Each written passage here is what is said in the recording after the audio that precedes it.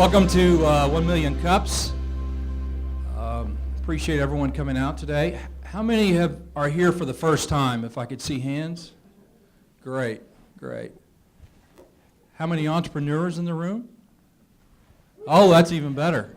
Hey, yeah.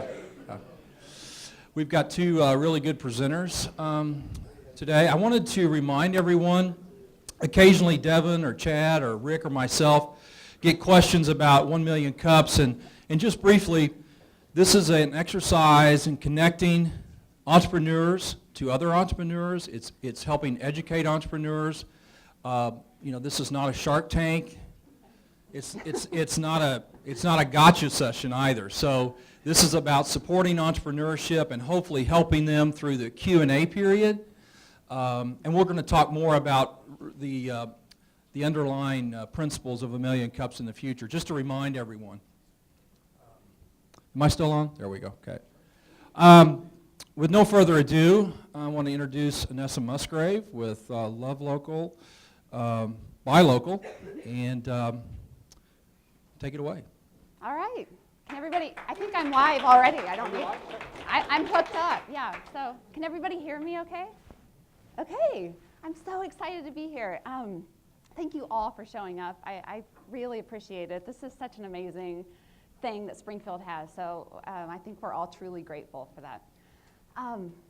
Let's see. Hey, Chad, where's my my PowerPoint is in there somewhere. Basically, what Love Local, Buy Local is all about is preserving the uniqueness, the beautiful tapestry of our area, and doing that in a way where everybody wins. Favor your neighbor. It's one of my taglines, and I think it kind of speaks volumes. This all started with a very simple idea and a love for my community. This is a great city that we live in, but we need to preserve the local flavor.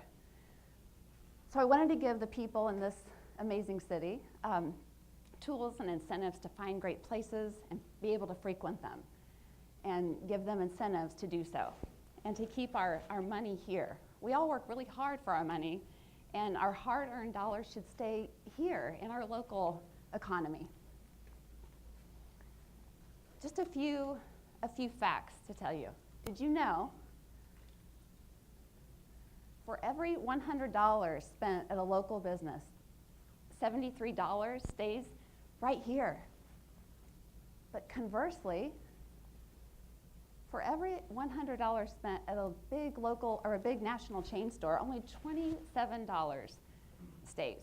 It's pretty alarming, I think. Supporting local business helps to create jobs. Local businesses are the largest employer nationally. Nobody would have thought that, right? People that own and operate local businesses are obviously more likely to hire people in this community. Supporting local business reduces environmental impact. People that own businesses here obviously are more likely to make purchases that are close by from other local businesses. Supporting nonprofits and community groups, I love this one. On average, nonprofit organizations receive 250% more support from local business owners than they do from corporations. Kind of another thing that we never would have really thought, right? So kudos to local business owners. Contribute to our beautiful local tapestry, as I mentioned. Let's face it, the places that we eat, we play, we shop at, that all comprises our local flavor. So let's keep putting our money where our heart is and keep those great businesses rolling in. Passion plus opportunity plus lots and lots of hard work equals recipe for success. I took the passion that I have for supporting local business, combined it with opportunity that exists here in the Springfield area because people are passionate and enthusiastic about this notion. And voila. Okay, I think she's done. After many, many hours of planning, discussing, hitting my head against the wall, I know you entrepreneurs in the room can relate to this, meeting with the design team, drinking lots and lots of coffee, feeling a bit like this poor lady, Love Local, Buy Local was born. Launched in mid-January, first with the website. I'm sorry, I didn't mean to. There's the website, the homepage. So, and then I immediately started reaching out to business owners in the area. Again, Springfield's excited about this notion of supporting local, but I just kind of felt like there was opportunity there because they talk a lot about it, but they don't really know how to do it. So that's where I come in. How does it work? You must be asking yourself, what is it all about? There's two sides to this business, the business side and the consumer side. From the business side. So let's say a really, really great local business like this, Heather Freeman, she's not here today, but, or these.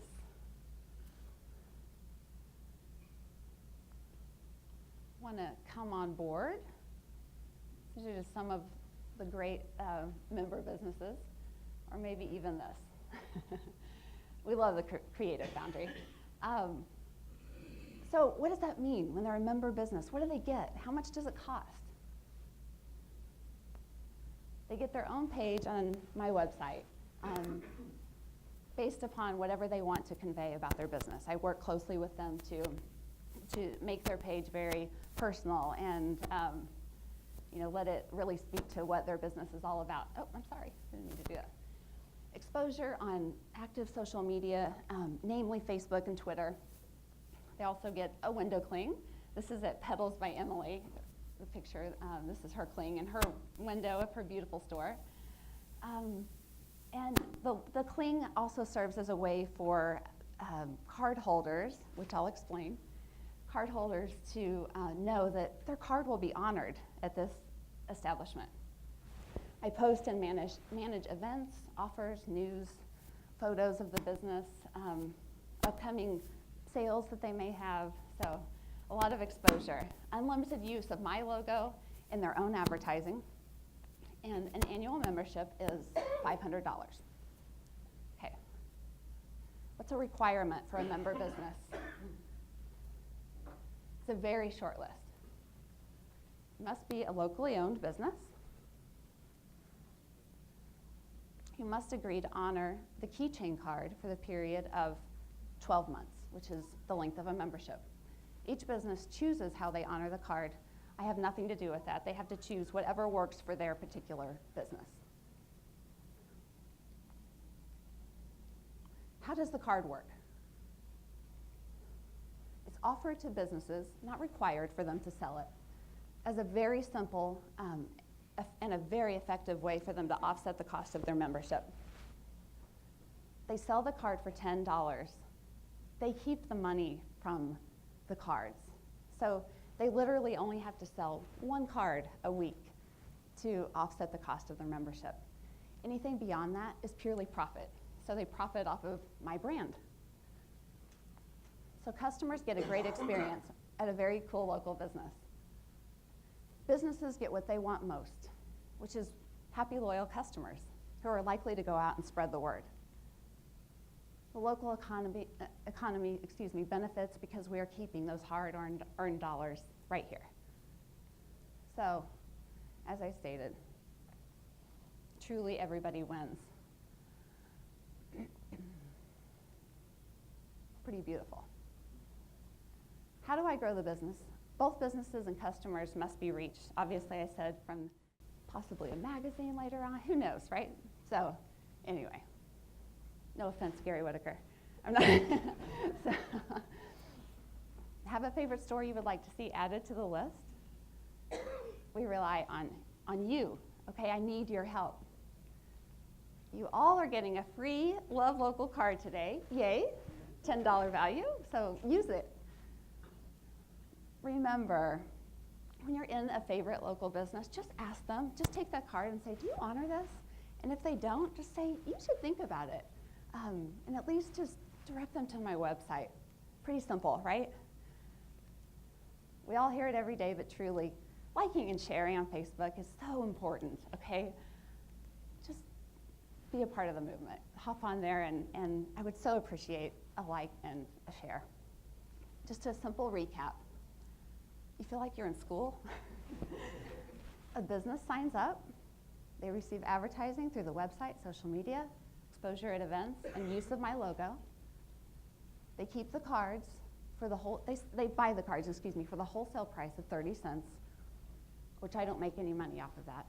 It covers my costs. They turn around and sell them for $10. They sell 1 card a week, they've covered their membership. If they sell more, they profit from the brand and also gain customers. Customers get to save at amazing spots all year long, easily recouping the cost of their card. Businesses and customers get the satisfaction of knowing that they have contributed to our local economy, helped to preserve our local tapestry, and they have truly favored their neighbor. It's a win-win-win for customers, businesses, and our community.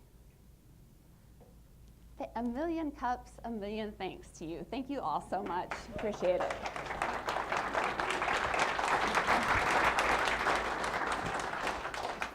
Okay, guys, we'll open up for question and answer. Just raise your hand if you have a question. Yeah.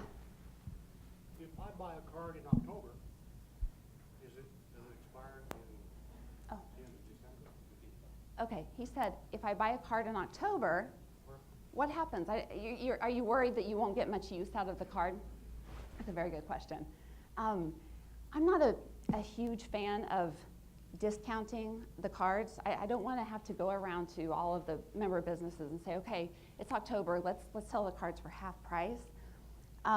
So the way that I've tackled that issue, and I get that question a lot, I've decided to come out with the cards in October, and funny that you would say October, come out with the 2015 cards in October. Businesses can start selling them then, so people that have next year's card actually get a couple of months of bonus use, if you will.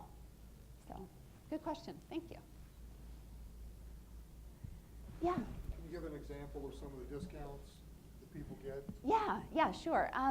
Star Cakes is a cupcake place over on Republic Road. They were my first business to sign up, and they give a buy 3, get 1 free. Martial Arts USA offers, a 10% off of merchandise, and then also off of birthday parties. So Zen 3 Spa offers $10 off a 1-hour massage. So it really, truly, it's whatever works for that business. So the offers, I don't like to call them discounts because it's not always a discount. Sometimes it's something thrown in, but it really varies from business to business. So yeah, that's where hopping on the website, and very soon the app will also tell you all of that information. So yeah. I have 2 questions, actually. Do you have to have a storefront to be able to do this?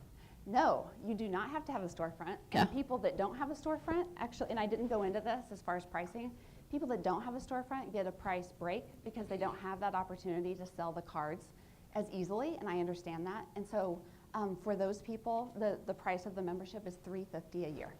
Okay. I've got one more question. Yeah. So can they do coupon codes online on their website, or because it's up to us, right?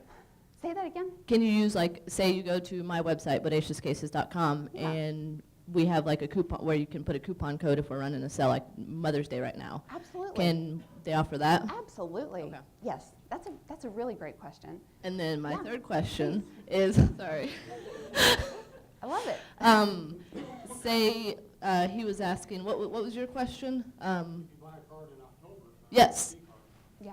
I don't know how it works, but instead of coming out with new cards, is there a way that, like, you have where, like, expiration date, then if it doesn't work, like, say you go to Sam's Club, which we did yesterday, and our card was expired because we haven't had time to renew it, Oh, okay. to where you could do that instead of having to do new cards? You could do that, but my idea behind doing it that way is just to streamline it and just to keep it kind of simple for everybody. Since each business, it turns into their product, and so I kind of lose a little bit of control over that, if that makes sense. So that's why next year's design will be completely different. I want it to look completely different. It won't be red like this year's, for example. So I hope that answers your question. Okay. Okay. Sure, Ariana. Thank you. Yeah. I have 2 questions as well. One, Please. how many members do you have right now? I officially have 28. There's 20 I believe there's 27 logos on the website, but I'm waiting on a logo to come in. So, yeah. Is there any specific criteria other than being a local business that you have to meet to become a part of this? You have to keep your dollars, at least 75% of your dollars have to stay within the local community, and you have to reside in this area too. So you can't have a local business and live in Chicago and fly in. You have to live and be a member of this community. I'm curious how you measure whether they're 75% local dollars. Well, I don't ask for financial records, Chad, but that's a good question. It's really through communication with the business owner, and I guess there's a little bit of a trust factor in there. So, like I said, I'm not going through financial statements. Yikes, I wouldn't want to do that. So, yeah, good question. And so besides 75% and the owner has to reside in Springfield, what else dictates a local business? Well, being an independent business, not being a national chain, you can't be affiliated with a chain. And so, again, as I said, the business owner has to live here. The products need to, the money needs to mostly stay in the community. Hope that answers your question, but can't be a chain. That's the main thing. So, I would assume that local doesn't only entail Springfield, but maybe the surrounding communities and so forth, or That's does it right. only include Springfield? yeah, it is also surrounding communities too. Yes, good question. Yeah. Yes. So you said you do events. Could you tell us a little bit more about what you do at those events? Well, my first one is actually May 29th at the Creative Foundry, and that is really targeted toward downtown businesses. And I'm really trying to, it's funny, reaching out to business owners, I've gotten a lot of, I don't want to say that downtown business owners are frustrated, disgruntled, but they're a little frustrated and a little bit disgruntled because I've had more than one person say to me, gosh, I feel like it's easier to get people from Kansas City or St. Louis than to come from the south side of Springfield to downtown.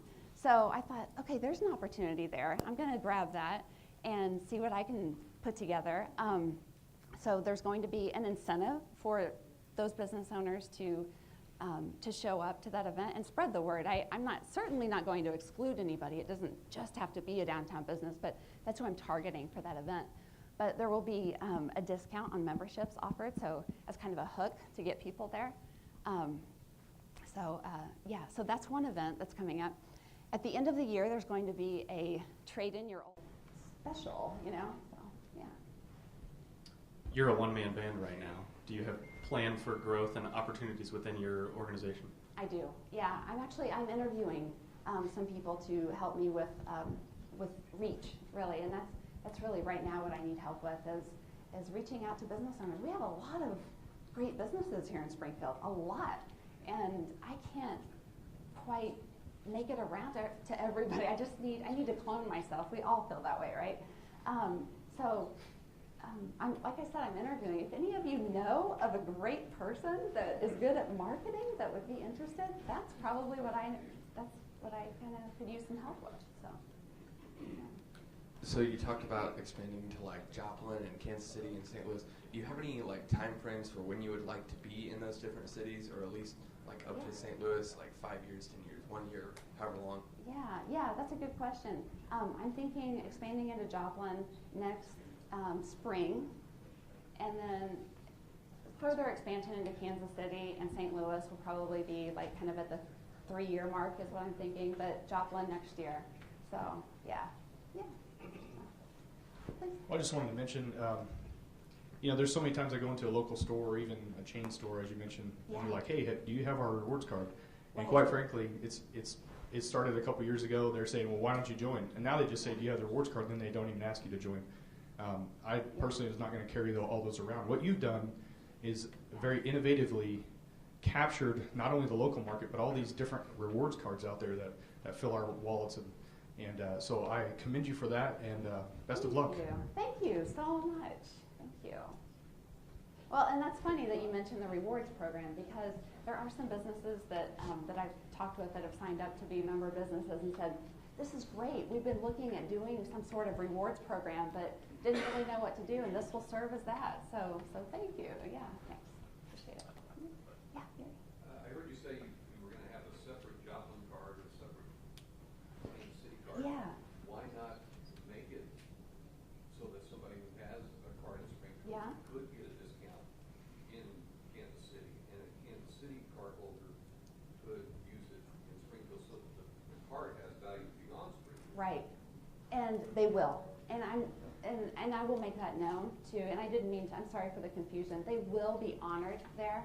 I just want Springfield or Joplin, Kansas City, St. Louis. I just want them to feel a little bit special and just have their own little card. But the branding will have their city name on it. But they will be honored everywhere. So good, very good question.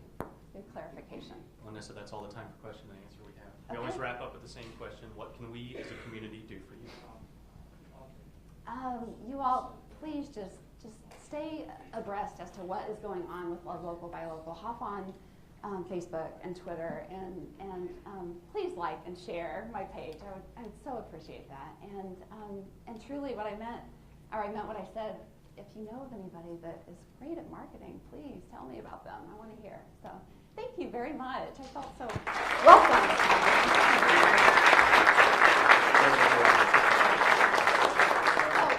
Hey, one more thing. I do have free cards for all of you. They're in this little bag here, so I'll set this over on this table. So, and some brochures too. Awesome. Well, we change over speakers right now. We got a couple quick announcements for you.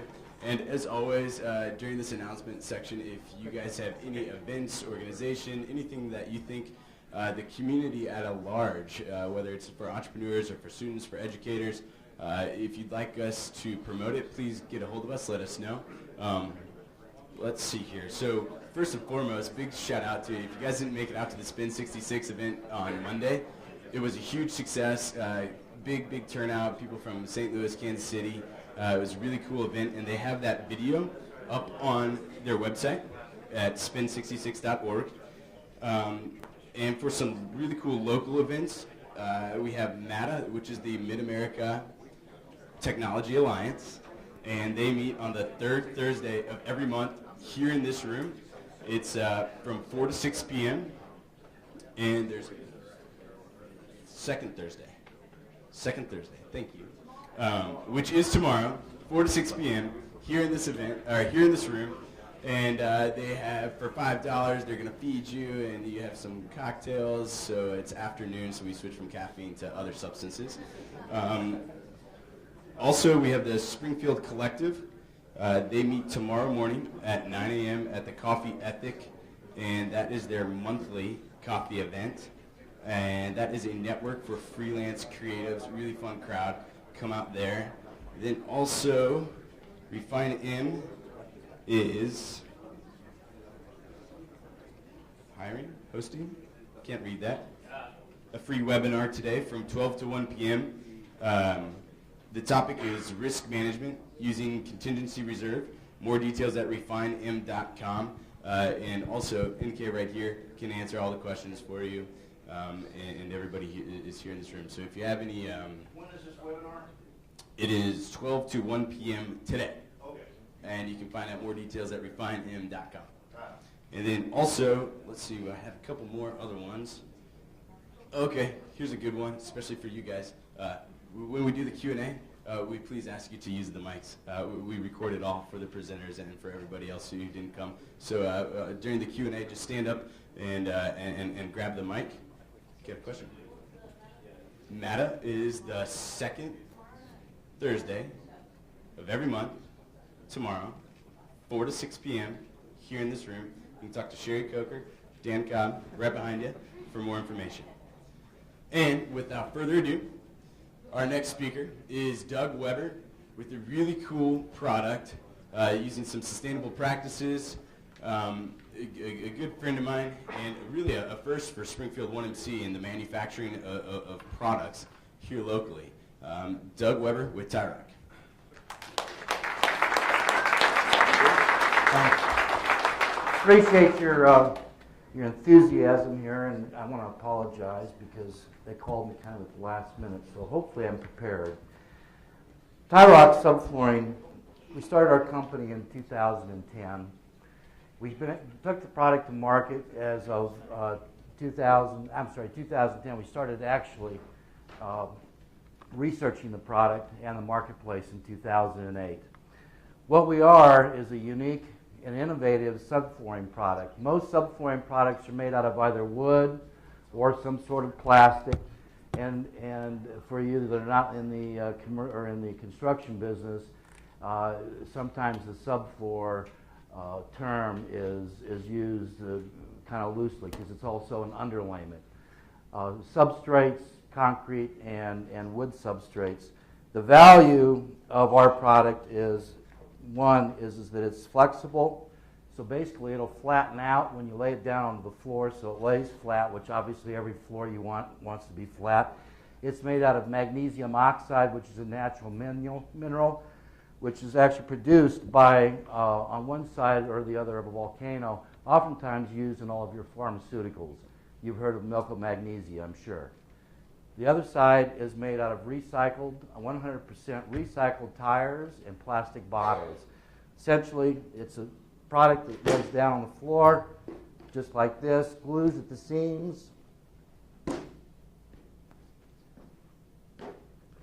That's the floor. Put any kind of finished floor that you want to on top of it, whether it can be tile, ceramic tile, hardwood, carpet, what have you. We're an innovative product. We're in our growth stage, and we have an established distribution network throughout North America. That includes Canada and the U.S. Primarily, we're on the East Coast, and the reason why for that, East Coast and the Toronto, Ontario market, Midwest, Ohio Valley. You might ask yourselves, well, why not Springfield? Actually, we're here in Springfield for a short period of time through Meeks Lumber, and what I found is I was working through this particular area, I discovered one thing. Very few basements in this market. I was 20 years in Phoenix, so I was used to slab on grade. The farther east you go, the more basements you get. The reason that way we went to the East Coast, Chicago, and Toronto, two reasons. Canada, 30 million people population. United States, 300 million.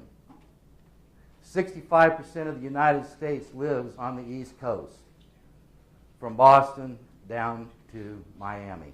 And they have basements. Our product is cost effective. What does it make it unique from other subflooring products? One is we're a moisture mitigation product. The number one cause for flooring failure in all homes is moisture. Whether you think that it's coming from a wood substrate or concrete. People will tell me, well, I look at my basement floor and it's dry. I'm going to tell you this. Cover it up with a piece of plastic, put a piece of tape around it for 2 square feet, come back 3 days and see how many water droplets have formed in between that plastic and your concrete. Simple way to go out and look at what slab concrete does after a rainstorm. You see dark spots on your garage, on your patio or driveway. Where do those spots come from? From the groundwater coming up through concrete. Concrete breathes. It expands and contracts. Mold and mildew, one of the biggest concerns of homeowners today. Tyrock will not feed mold or mildew. You can't grow mold or mildew on this product. Sound transmission, the number 2 biggest cause for litigation in multi-level residence throughout the country is sound litigation. Residences that buying and paying $500 to $1 million for a condo in New York City do not want to hear their neighbors above. And sound is probably the most difficult thing to control in the floor and ceiling assemblies. Movement in substrate. First time I heard that, I happen to come from 20 years of the publishing industry. I didn't know what they were talking about. Contraction and expansion. The third reason for finished flooring. It causes cracking in your tile. It also will cause your wood subfloor or your hardwood floors to start to split at the seams. They contract and expand. Redesigns, renovations, environmental, cost and time of installations, comfort and ergonomics. Actually, we've had an ergonomic professor say to us, this is the way your floor should be designed. We've got a rubber cushion underneath with a hard surface over the top, and just the rubber surface on your own actually causes your back to be even sorer than what you think. I could stand on this all day long in an exhibit booth over concrete before with my carpet. By the time I got home, if I made it home, I couldn't stand on my feet. I can be on this product all day long over concrete, and I feel like I did just when I got up out of bed that morning. Sound barrier, all-in-one subfloor and underlayment. Okay, one of the main causes, or one of the main reasons that we're cost effective is because we are an all-in-one subfloor and underlayment. It normally will take anywhere from 2 to 3 additional materials to go into your flooring assembly over either a wood substrate or a concrete substrate. There's over 20 products out in the marketplace that are sound underlayment, and when you look into them, what they're made of is this right here, rubber. Most of them only have about a 40% recycled content, 60% new rubber. Oh, and probably then the other one, believe it or not, is called Homosoap. 100 years in the marketplace, made out of 95% of cardboard, recycled cardboard. That's what they're using for a sound underlayment. What happens when your cardboard gets wet? Mold, mildew, all kinds of things. We hit the numbers. The actual building code number for sound in floor ceiling underlayment is a 50 IIC, 50 STC. Those are two different numbers. You really don't need to know what they are, but we'd do better than that with all of them. One of the things, our regular or our normal testing was 55 over the open wood substrate and 68 over the concrete. Concrete slab on its own is only a 28. So as you can see, we've diminished the sound by almost 30 points. That's huge, absolutely huge. Saves from $2 to as much as $8 per square foot. Very simply, other products can cost, by the time you get into the assembly, adding over 1 or 2 pieces of material to combat in your assembly, sound, and then you have another piece of material for moisture. Then you may have to have another piece of material because you want to set tile on it. So all in all, we can go from anywhere from $2 to $8 a square foot. The $8 number comes from renovation when you're looking at old concrete. Oftentimes has to come in and get sandblasted. They call it an Ardex. And then they have to refinish it with another finished concrete. These old buildings down in downtown Springfield, where Matt Miller, the Hertz building, all of that could be covered up with concrete and probably save the developer as much as $8 per square foot. Do the math. 100,000 square foot, would you like to save $800,000 on your project going in? Will not expand. We're impervious to moisture. You can sink our product into a bucket of water for as long as you want, pull it out. It's going to be the same way as you put in. Shiplap system creates the moisture vapor barrier, which I mentioned. As you can see, the only attachment to this panel is a blue PL Premium on the seams. It does not attach to the substrate. It's a floating system. Unlike other underlayment systems, tie rock does not add moisture to the building. Number one cause for mold and mildew, and it also costs the project developer as much as 28 to 60 days of downtime. When he's got money from the bank to construct his building, do you think he's interested in saving 30 to 60 days on his loan? Because every day it's costing him money. In addition to lost opportunity to put a renter into that building and actually be getting revenue from it rather than just spending money. Decoupler and anti-fracture barrier. We tore out a 350 square foot kitchen with ceramic tile over tie rock. I had it out of the kitchen, off the floor, swept in the dumpster in an hour and a half. 2 people. Then I relayed the tie rock, relayed the ceramic tile in the next 4 hours, and my kitchen floor was done, and the contractor needed to come back the next day and just grout it, and he was done. So 350 square foot, you may say, well, that's not very big. Talk to any contractor and ask him how long it's going to take to, 1, rip out that tile, 2, get it and refinish, and then come in and lay his new ceramic, and he's going to tell you 3 or 4 days. We're environmentally, we contribute to LEED credits. Here's a list of them. We're made out of, as I said, recycled tires and plastic bottles, and we remove about, this number may 500, well, I'm not going to quote the number. I have the numbers, but it's like 200 or 300 tires. I'm sorry, 11 and a half tires. 11 and a half tires for every 100 square feet of tie rock we take out of the landfills, or doesn't go to the landfills, and over 300 pounds of plastic bottles. Any type of finished flooring can be installed over tie rock. We've been tested with TCNA, Tile Council of North America, for ceramic tile, because tile installers immediately will tell you, oh, your board has a little bit of give in it, I don't trust it. The other reason why is because the cement manufacturing companies for cement boards have preached and taught and drilled into them for years that if it is not screwed down and glued down, it isn't going to work. Trust me, it's not true. Doug, we're going to give you about 1 more minute before we go to question and answer. I would concentrate on the direction that your company's going in. Well, the direction of our company has been, at the very beginning, we were made and designed as a basement subfloor product, serving the basement market for homeowners, the do-it-yourselfers. After I got out into the marketplace in the East Coast, contractors kept looking at the board and asked me, have you ever had it tested for sound?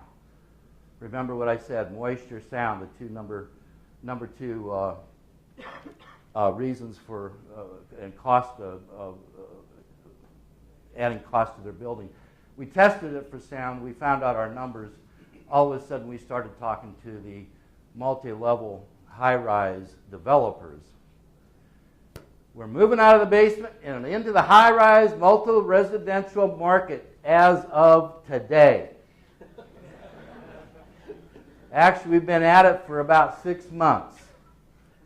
What I'm here today, what we're looking for is some capitalization, $250,000 to $500,000 to do 2 things. One is to help us complete some testing that needs to be done, which is a UL 263 by Underwriters Laboratory, if any doesn't know what UL is, for the floor ceiling assembly. That test alone is about $60,000. The reason we haven't done it before, because we were in the basement. Now we're moving above ground into the high-rise. Multi-million-dollar market, hundreds of millions. I have right now over 500,000 square feet of projects that if I had the UL 263 today, I'd be getting purchase orders. They've already told me they'd spec me into the product because the product will save them money and time. Looking to take this company from $1 million company in sales this past year to $10 million in sales within the next 2 years. And every year after that, add anywhere from 30 to 40% as we expand out into other markets. This is just on the East Coast. Projects just on the East Coast. And we are talking with developers that have millions of square feet on their design tables and on the books ready to build. Thank you very much for your time. I appreciate it. Hopefully I've introduced you a new product that can be a solution to some of any problems you may have. Okay, guys, we'll open up for question and answer.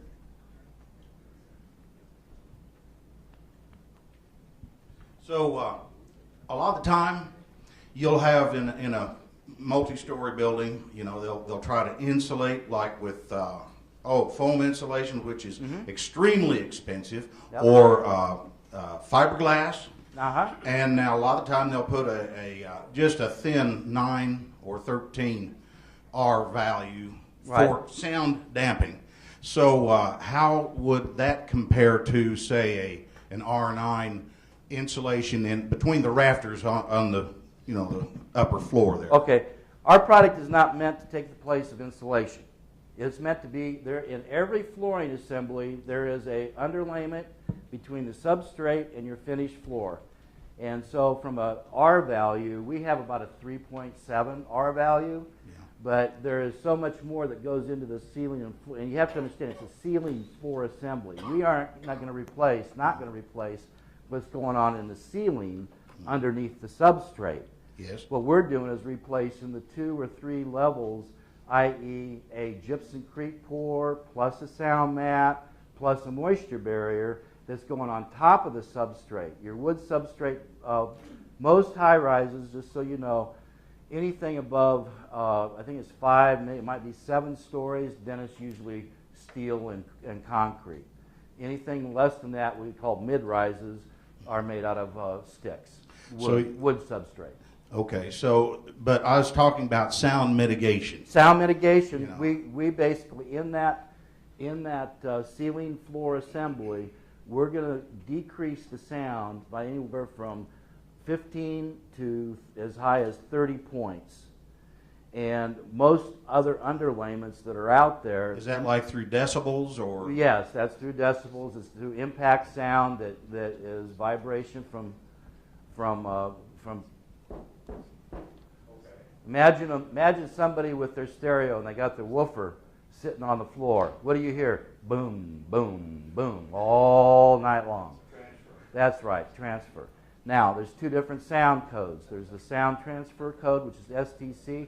Most companies in the sound mitigation business will quote STC numbers because they're the easiest to get. When you start looking at their IIC numbers, which is impact isolation code, then all of a sudden their product starts to go whoop, like this, drops down. Now the architect has to put another layer of something. Oftentimes it's 3/4 inch plywood, but it can be, it's just a matter of that, and that's the beauty. That's why we're cost effective. We take out those other layers. We remove them. So that's how they're saving money. I have a 2-part question. First, you were talking about the UL certification that you're needing to get. Uh-huh. Can you explain briefly just kind of what that is? Is that an environmental thing, or is that It's a fire code. It's a fire code. Yes, what that is UL, that test actually is a big, huge furnace. They go in, they build out the room, the floor ceiling assembly, and then they test your product. And you get 1 hour, 1.5 hour, 2-hour test. All building structures, by the way, in their walls will have a 2-hour structure. Why we're not concerned about whether or not we're going to pass, by the way, is we've already had project managers, purchase managers, and product people tell us, "Oh, you're not going to have any problem passing the test." That's not the issue. You just got to get the paperwork. This product here is fireproof. You can't burn it. It's already been tested. This product here is made out of the same material that other sound underlayments are made. Remember that the testing is the fire coming up the heat source from the bottom. We're sitting on top of a structure already that's either cement or a wood substrate. Well, if that building is going to burn down, quite frankly, Tyrock's not going to save it. But that's not the issue. We just have to have documentation, and quite frankly, we will stop any fire from a top-down source. And it's just Homosoap, 98% recycled cardboard's got a UL 263 test design. So if we can't do better than cardboard, we're going to be in pretty big trouble. Actually, we've already been, even the lab will tell you. I call it probably one of the biggest marketing ploys in the world, the UL, all these tests you have to go through. Okay, great. And then once you pass that, the manufacturing, what's the process, and are you going to have a big enough factory to keep Good up question. with this, and where is it? Good question. Where is our factory? We assemble this product in Toronto. Actually, it's in Guelph, outside of Toronto, and we're just opening up another assembly plant in Chicago. Like to open up an assembly plant here in Springfield, if we get to that point. Yep. The point here is that, okay, right now we've been dealing in a market space that's our average project size is 800 square feet. With this testing, through this funding that we're looking for, and just so you know, you're not the only group that we've talked to about getting this funding. This funding is also going to be looked for or used for not just the testing of UL 263. There's some other tests we want to be able to do, but also for marketing purposes. Right now, you're looking at their sales team. That's in Canada and the United States. I mentioned distribution network. We do have distributors, over 2,000 distributors or dealers throughout Canada and the U.S. Again, they're on the East Coast. We don't have much brand awareness, but we are getting it. Architects are calling me every day. I had 3 project managers yesterday call me. I had one builder call me. He goes, I need to see your documentation today because I'm making a decision between Gypcrete and that pour, and whether or not we switch to your product is going to dictate whether I use I-beams or open truss wood subfloor systems, et cetera, yada, yada. The bottom line is that at some point he's going to ask me, oh, by the way, I'm going to need your UL 263 design test. Okay, I might be a good salesman, but I'm only as good as what I have to work with. If I don't have it, I don't have it. Doug, let me, real quick, I'm going to try to sell you as many questions as I can in the next 5 minutes, okay? Doug, absolutely love the concept. Was just curious, as you want to expand in the residential and commercial markets, and you're looking to grow 30-40% at the same time, just wondering what your business plan is when the market's down between October and March, and how you plan to grow that much as you get into these new markets. Well, when you say the market's down October to March, Construction. in the construction market, okay, we don't have any sales right now. And I understand that overall you might say the construction market may be down or goes down from October through March. Trust me, believe me, I know, because every year for the past 3 years we see our sales go, yeep, and it won't pick up until March because we've been in the basement market. Now, once again, I go back to right now my average project is 800 square feet. I'm talking to people that now have 800,000 square feet.